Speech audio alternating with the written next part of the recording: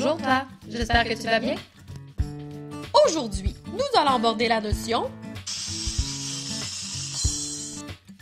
du sens propre et du sens figuré. Par définition, le sens propre, c'est le sens premier du mot qu'on peut trouver dans le dictionnaire. Il est concret et réel. Pour ce qui est du sens figuré, il donne un sens plus abstrait et imagé à un mot. Il est donc en opposition au sens propre. Jusque-là, tout va bien? Voici quelques exemples qui te permettront de mieux comprendre.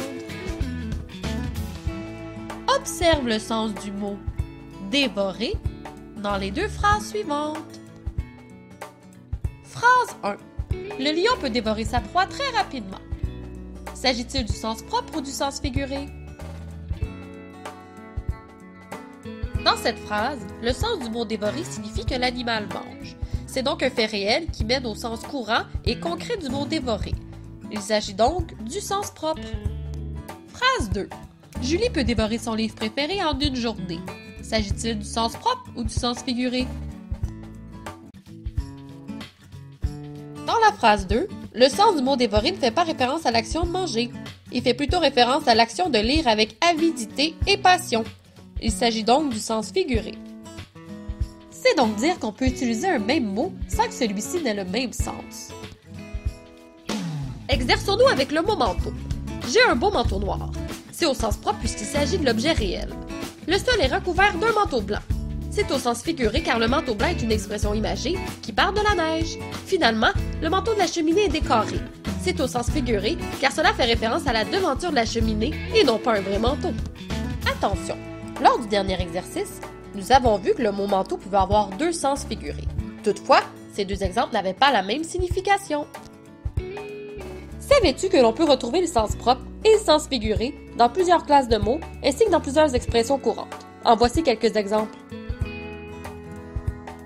Commençons avec le verbe « tomber ». Au sens propre, on peut dire « tomber dans l'escalier ». Au sens figuré, on peut utiliser l'expression poétique « tomber en amour ». Poursuivons avec le nom « perle ». Au sens propre, on peut dire « je porte un collier de perles ».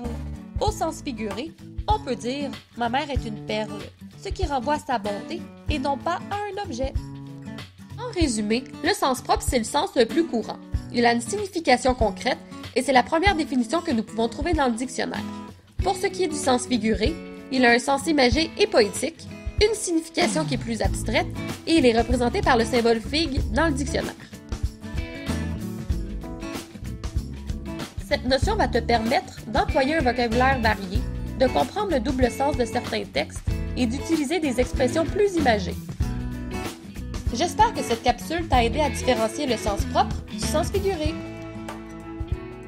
Pour conclure, n'oublie pas que le dictionnaire est un bon outil pour t'aider à vérifier le sens des mots.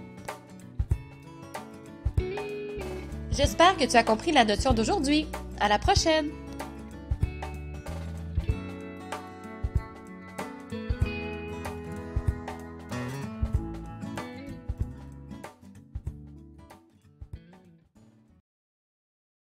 Created using Powtoon.